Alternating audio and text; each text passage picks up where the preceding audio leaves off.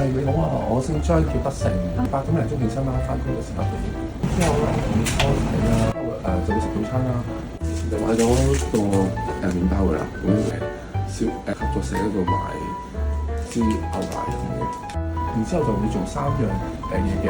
首先第一樣咧就係畫畫，都係畫啲簡單嘅線條啊咁樣。我想用鉛筆跟住用呢啲marker 去旁邊，即係我用嗰啲鉛筆畫。呢個我想畫咗花嘅，咁就係幾個花瓣咁樣見到。咁你平時即係做運動會做大概幾耐左右嘅？做15分鐘左右咯。第三樣就係砌模型嘅，自己好中意砌模型嘅。咁呢部就新安州啦，因為好大個，我每日都係砌一小部分，可能砌5分鐘就完啦咁樣。係咯，就砌好多裏邊嘅核心咁樣咯。跟住就砌佢啲手啊、腳啊、頭啊、身體啊。譬如頭先呢樣之後咧，我哋會出去翻工啦，我哋出去約咗朋友嘅，係啦，咁就。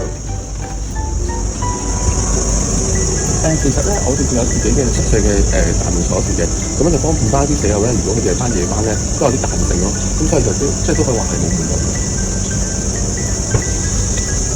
係咯，我平時放工翻嚟嘅時候都同啲舍友一齊睇下電視啊咁樣咯。但係喺臨瞓前咧，就會開部手機啦，上下網睇下 Facebook 啊，有時會睇下 YouTube 啊，睇下啲視頻啊咁樣啦。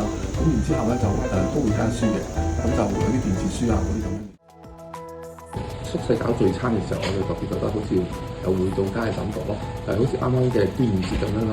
咁我哋就搞咗個端午節嘅聚餐啦。咁就有十幾碟餸嘅。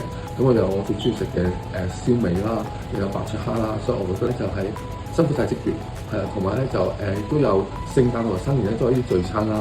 咁好有文化傳統啦。咁令到我覺得咧翻到宿舍都會有翻到家嘅感覺。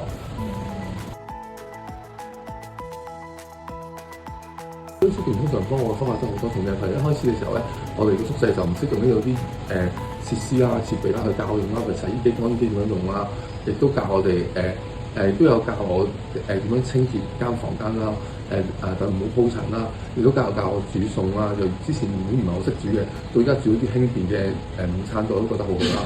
同埋都有教我哋點樣用即係點樣合作社係點樣用啊，即係點樣運作啊咁樣，都教好多嘢嘅。同埋就係前嗰排有個羽毛球比賽啦，咁職員都肯花時間同我一齊去練波，令到我即係參加比賽嘅信心都大咗嘅。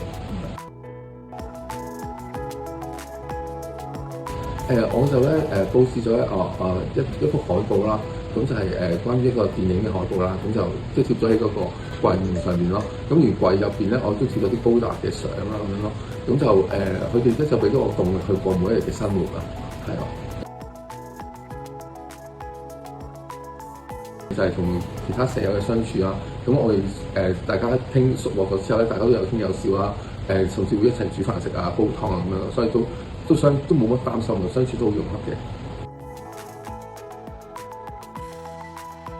都有嘅，佢就鼓勵咗我自主自決咯，即係話咧做啲決定咧都要係自己同自己做決定咯，你唔能夠樣樣都問屋企人啊，或者問醫護人員啊，或者問以前嘅朋友咁樣咯。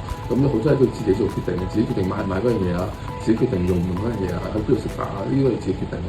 所以就培養咗個獨立嘅性格。最大轉變係，我覺得我學識咗好多做家務啦，照顧自己嘅細事，同埋咧甚至即係除咗做家務，除咗即係要洗衫乾衫啊、煮飯啊、洗碗啊咁樣啦，咁亦都會學識咗做一啲簡單嘅家居維修啦，係好似油啊、換燈泡啊呢啲簡單嘅家居維修都學識咗嘅。我會最掛住呢度嘅職員咯，因為職員教識咗好多嘢啦，同埋咧就係佢哋好用心服務我哋啲住友，係啦，咁咧就即係好似家庭嘅成員咁樣咯，即係俾到好多尊重同埋溫暖我。